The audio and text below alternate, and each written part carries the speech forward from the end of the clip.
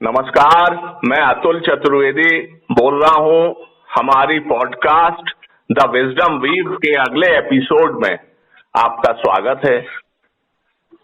इस एपिसोड में हम लोग एक नई चीज शुरू कर रहे हैं और वो ये है कि इलाहाबाद से जुड़े, वहां की संस्कृति में रचे बसे और वहां से जुड़ाव महसूस करने वाले कुछ व्यक्तियों से भी हम लोग चर्चा करेंगे।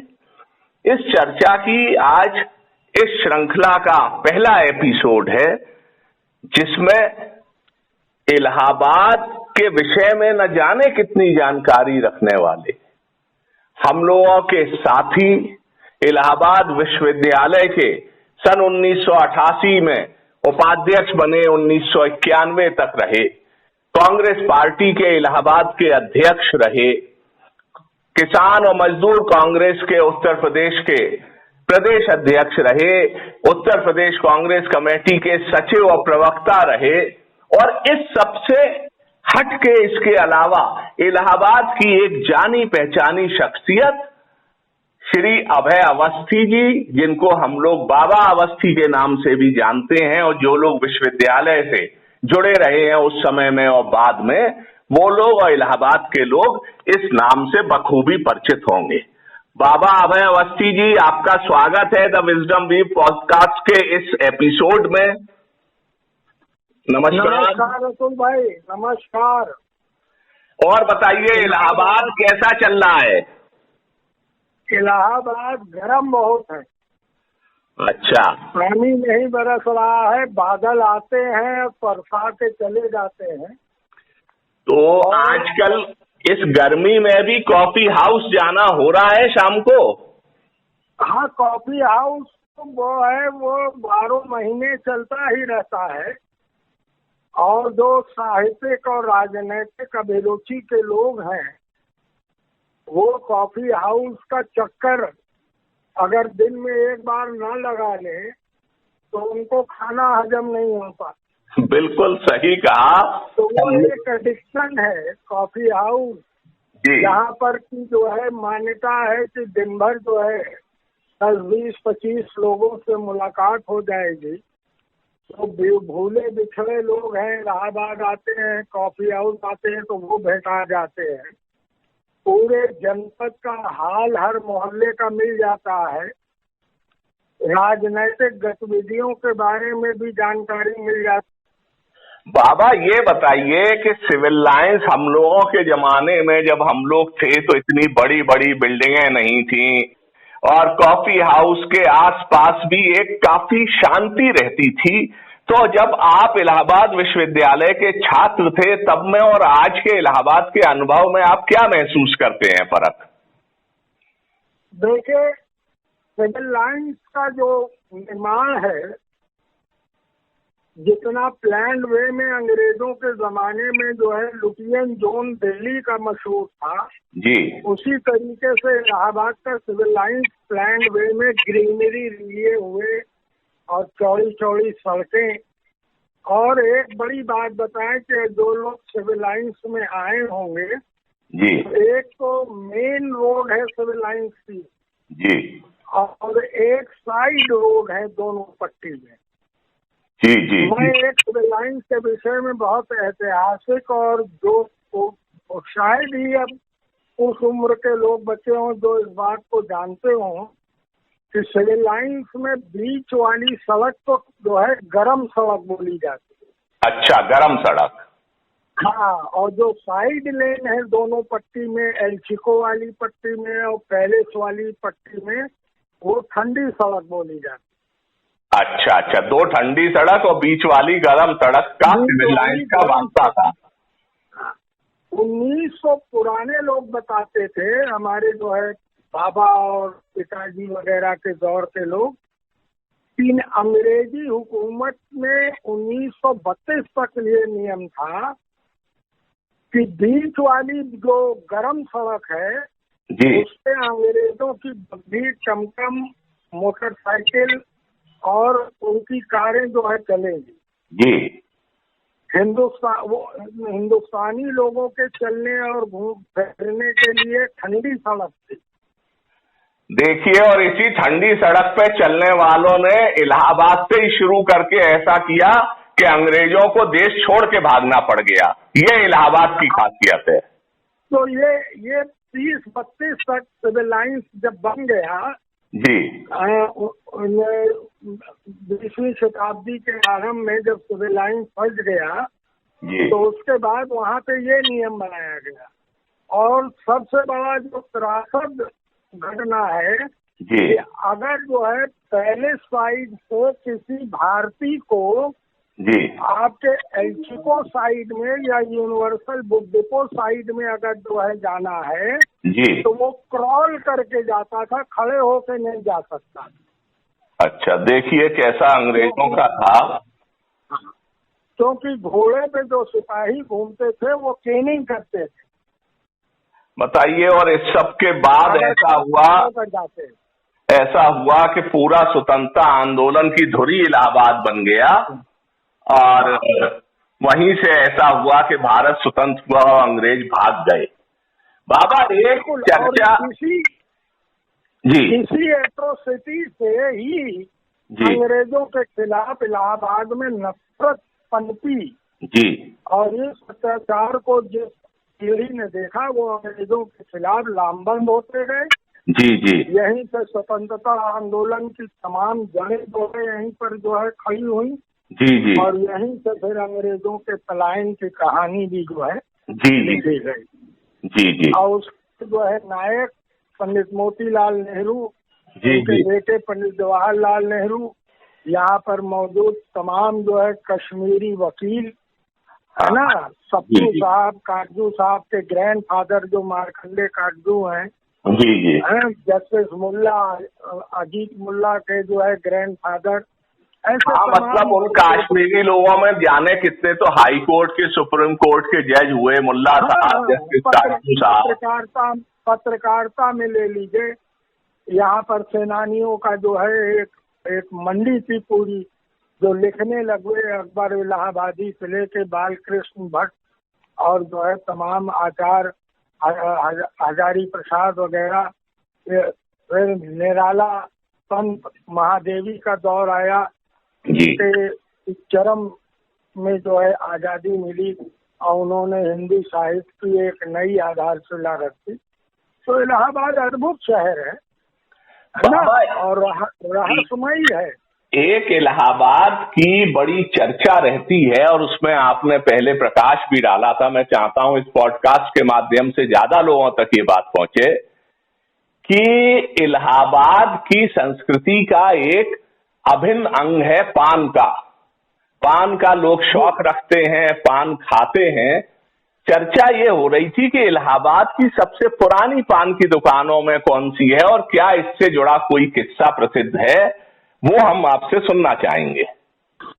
बहुत ही रोचक विषय है। एक तरीके से पान हमारी जो है भारतीय संस्कृति का, और भारतीय ही नहीं जी, इस्लामिक संस्कृति का ही जो है जी, साउथ एशिया के अंदर एक महत्वपूर्ण जो है अंग है। जी, मुसलमानों में भी जो शादियां होती हैं जी, उसमें जो है याद करिए कि उसमें सास की जो है पानदान खर्च पत्नी के लिए, वो भी जो है जो उनके यहाँ मेहर होती है, मेहर के साथ पानदान खर्च भी जो है इंक्लूडेड रहता है। अच्छा। हिंदुओं के अंदर आप पाएंगे कि दादी या सास का जो है पानदान जो है वो दहेज के रूप में ससुराल की तरफ से आता है ना। तो ये प्राचीन काल से है जी, जिसको कि बाद में मुगलों ने भी जो है जी, इसका इस्तेमाल किया। जी, जब वो आए, हालांकि वो लोग समरकंद, बुखारा और कहाँ अफगानिस्तान से मुगल और आपके जो अफगान और ये सब आए, जी, आपके ईरानी आए, इराकी आए, ये सब आके जो है जी, हिंदुस्तान में बसे और उसमें से बहुत से लोग इलाहाबाद भी आके बसे। जी, तो इन लोगों ने भी धीरे धीरे पान खाना जो है जी, सीखा। जी, और एक मैं बड़ी रोचक आपको जो है बात बता रहा हूँ कि सबसे पुराना वृत्तांत जी जो आपका जो है ये खुसरू बाग जो है जी, तो जो शहजादा खुसरो था जी, वो पान का बहुत शौकीन था। अच्छा, जब उसको अंधा करके इलाहाबाद के खुसरू बाग में कैद कर दिया गया जी, तो वो वहाँ पर पान की सुविधा उसको जो है बादशाह की तरफ से अलाउ की गई क्योंकि पान का बहुत शौकीन था। अच्छा, अच्छा, अच्छा, अब एक मजेदार यहाँ पर हम आपको जो है बात बता रहे हैं कि ये इतिहास के पन्नों में नहीं है। हेरम चतुर्वेदी साहब से कई बार इस पे मेरी बहस भी हो चुकी है और कई इलाहाबाद विश्वविद्यालय के इतिहासकारों से जो है भी बहस हुई है कि खुसरू बाग में शहजादा खुसरो की जो है मजार के साथ एक तंबोलन बीबी की मजार है। अच्छा, तो अब देसी मान्यता जो इलाहाबाद की है कि ये तंबोलन बीबी जो है एक खूबसूरत जो है वो पान लगाने वाली थी जी, जो खुसरो को पान जो है दिन भर लगा लगा के खिलाती थी। हेरम चतुर्वेदी साहब ने उसमें जो है इम्पैक्ट डाला कि नहीं ये जो है इस्तांबुल की बेगम थी। अच्छा, तो उनकी थी। अच्छा, इस्तांबुल तो की, हाँ, इस्तांबुल की वजह की बेगम थी जिनको कि खुसरो के साथ कैद कर दिया गया था। अच्छा, तो ये तंबोलन बीबी जो है इस्तांबुल की जो है रानी थी, उनकी बेगम थी। तो मैं तर्क ये देता हूँ कि अगर वो वैधानिक बेगम थी, उनकी जो है मतलब जो है जौजा थी अगर, तो खुसरो के बगल में लेटाई जाती। हाँ हाँ, खुसरो उनकी माँ और उनकी बहन की मजार से 50 हाथ दूर के उसकी मजार बनी। मतलब एक ऐतिहासिक घटना भी बेगम तंबोलन से जुड़ी हुई है, से इलाहाबाद से जुड़ी हुई है जी, है ना जी। अब आइए जो है कि पहले पान जो है घरों के अंदर लगता जी, है ना जी, घर की बड़ी बूढ़ियां पान लगाती थी, मेहमानों को जो है पान घर में ही लगाया जाता था। जी, बाजार में दुकान का कंसेप्ट, दुकान पे पान की दुकान का वर्णन जी नहीं है। अच्छा, घरों के अंदर हिंदू हो या मुसलमान हो पान खाने का रिवाज ये बाकायदा था। बल्कि तो सदियों से रहा है। हाँ, बल्कि याद करिए कि हर बैठका में मतलब हर घर के बैठका में जी वो पीक दान रखे जाते। हाँ हाँ, है कि उठ के बाहर न जाना पड़े तो पीक दान रहता था। जब जिसको पान थूकना हुआ तो वो पीक दान अपने आगे सरका लिया, उसमें थूक दिया, सफाई कर्मी ने सवेरे साफ कर दिया। तो ये बाबा दुकान का सिलसिला इलाहाबाद का जो अपनी जानकारी में है ये कैसा क्या है, और इससे एक बड़ा किस्सा भी जुड़ा हुआ है गाने का, तो वो हम आपके मुंह से सुनना चाहेंगे। मैं इसके दो आपको बहुत ही बेहतरीन जो है उदाहरण देता हूँ जी, कि नरगिस की माँ जगदन बाई जी, नाम सुना ही होगा जो भी पॉडकास्ट से आपके जुड़े हैं या आगे जुड़ेंगे जी, कि जगदन बाई इलाहाबाद की थी। अच्छा, और मशहूर गायिका थी जी, ये कहा जाता है कि जगदन बाई के हाथ के लगे पान में जी, गजब का जादू था, गजब का स्वाद था। अच्छा, तो जब ये रेडियो कलाकार भी थी तो ये जब बम्बई चली गई, नरगिस की मदर, सुनील दत्त की सास और संजय दत्त की नानी। हाँ, संजय दत्त की नानी जगदन बाई जी, तो ये जब चली गई तो वहाँ पर इन बम्बई फिल्म इंडस्ट्री के अंदर इनके हाथ के लगे पान की चर्चा जो है जी, वो परवान चढ़ गई, बड़ा पॉपुलर हो गया कि साहब जगदन बाई के हाथ का लगा पान बड़ा स्वादिष्ट होता है। जी, ये आसिफ जो है जी, ये और अब्बास जी, जो दो उस समय के मशहूर डायरेक्टर थे, ये लोग पान के शौकीन थे। जी, जी, ये लोग यूपी के ही रहने वाले थे जी, जो बम्बई में गए, और तो ये लोग जो है जगदन बाई के यहाँ पान खाने के लिए जाया करते थे।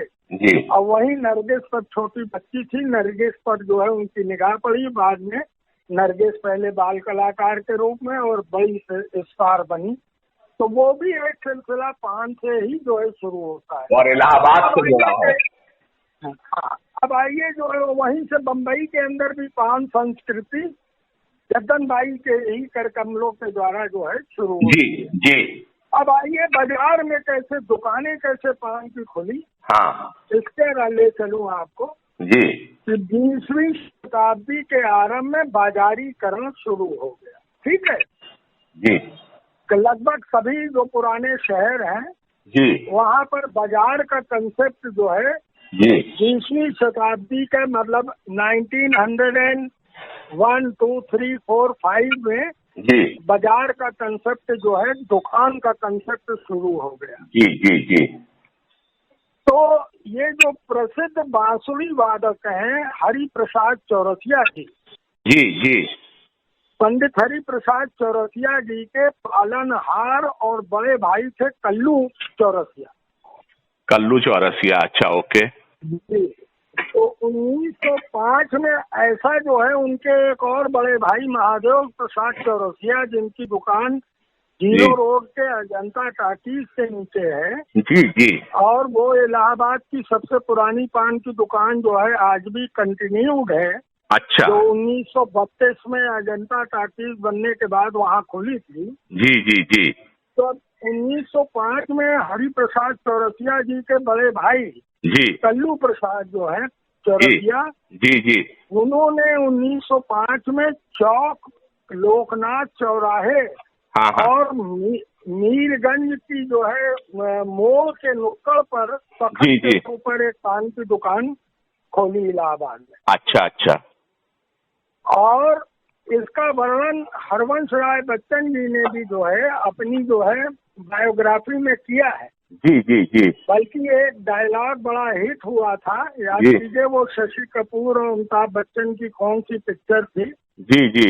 उसके अंदर ये डायलॉग आया कि जो है नीचे पान की दुकान ऊपर गोरी का मकान, खाओ नाचो घूम घूम के, नाचो झूम झूम के, खाओ चाबो घूम झूम झूम के, नाचो घूम घूम के।